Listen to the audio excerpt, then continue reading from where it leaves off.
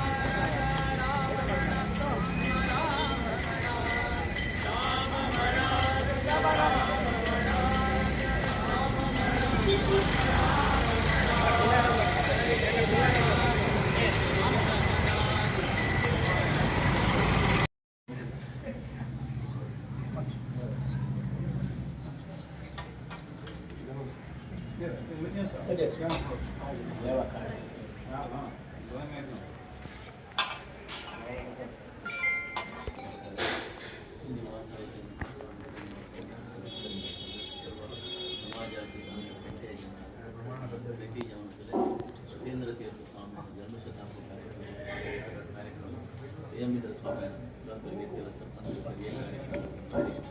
माधुरज गाँव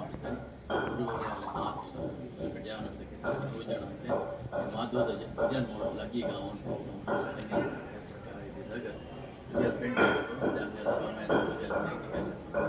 पूजन केला पूजन इकडे साव करून आम्ही पेंटिंग आशीर्वाद केला स्वाम्याला कार्यक्रम देवानी सदाच्या माधुरज कार्यक्रम सर्वजण भजन समेत लगी गाँव संयमित स्वाम्यांना कार्यक्रम कसकसल कार्यक्रम सर्वजण समाज सेवा समाज जनाकर्षण चिंते सुधींद्र तीर्थ शिष्यवर्गान ತಂದಾಯ ಭಕ್ತಿ शिंदे गुरुवारी आशीर्वाद ಮೇಲೆ पेंटे सदा सर्व नमस्कार गुरुवारी आपल्या मुख्य प्राणांतर्गत आत्मा शांती देऊन सर्वजण रक्षण तुझ्या सेवा झाल्या सर्वजण भक्ती श्रद्धेन करून सर्वांचं रक्षण करून सर्वजण कुटुंब तशी विषय जाऊन पॅट अभिवृद्धी जाऊन मलगडे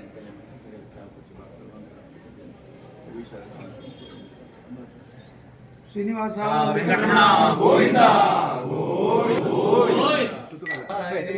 श्रीमद् वेंकटनाथाय श्रीनिवासाय नमः। जय जय राम, जय जय राम, जय जय राम, जय जय राम, कृष्ण हरे, जय राम, कृष्ण हरे, जय जय राम, कृष्ण हरे, जय राम।